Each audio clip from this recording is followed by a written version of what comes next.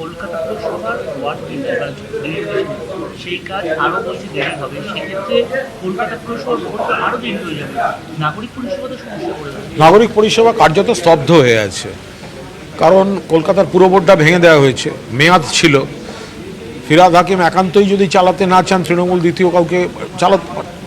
এবার বোর্ডটা ভেঙে দিয়েছে, ফলে কাউন্সিলররাও কাজ করতে পারছেন না, এবং যে ধরনের পরিস্থিতি এর মধ্যে ভরা বর্ষা চলছে, তো ফলে একদিকে নাগরিকদের বিভিন্ন সার্টিফিকেট ইত্যাদি ইত্যাদি পরিষেবা, আর অন্যদিকে পরিকাঠামোগত পরিষেবা, এই দুদিকে খুব সমস্যা হচ্ছে। আর ডিলিমিটেশনটা কী হচ্ছে, কারা করছে, তার সবিস্তার অফিসিয়ালি কিন্তু পাওয়া যাচ্ছে না। কোনো পাবলিক হিয়ারিং হয়নি, জনপ্রতিনিধিদের ইনভলভ করা হয়নি।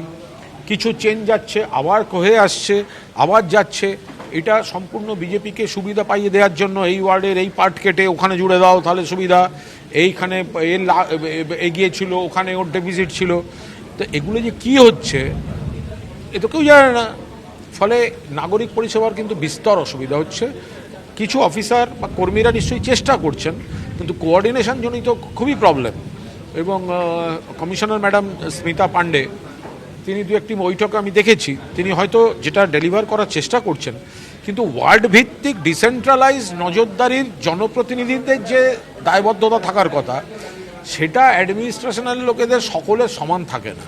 ফলে এটা নিয়ে একটা প্রবলেম তৈরি হচ্ছে।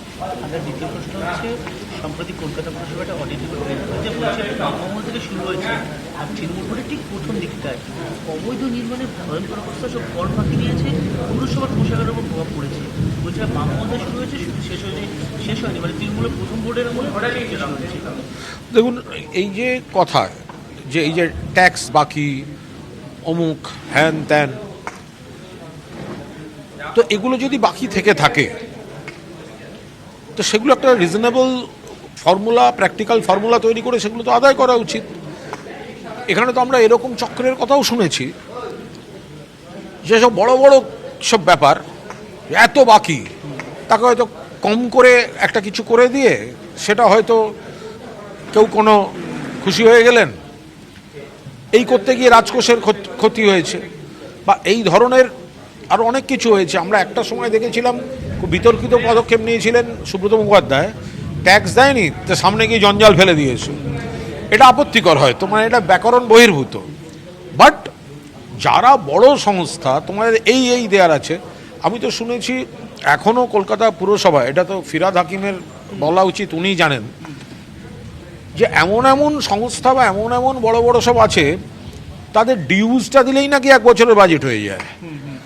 এখন দেখতে হবে যে এগুলো শুধু ভুল ধরার জন্য ধরা হচ্ছে, কারণ সেই লোকগুলোকেই তো বিজেপি গুডবুকে নিয়ে নিচ্ছে। ফলে বিজেপি যদি সেইগুলোকেই গুডবুকে নিয়ে চলে, মুখ্যমন্ত্রী যাকে বলছেন 80টা 90টা বেআইনি কনস্ট্রাকশন, তাকে কোলে নিয়ে যদি বিজেপি চলে ডিরেক্টলি বা ইনডিরেক্টলি, তাহলে আর এসব কথা তুলে লাভ কি, যা চলছে চলবে।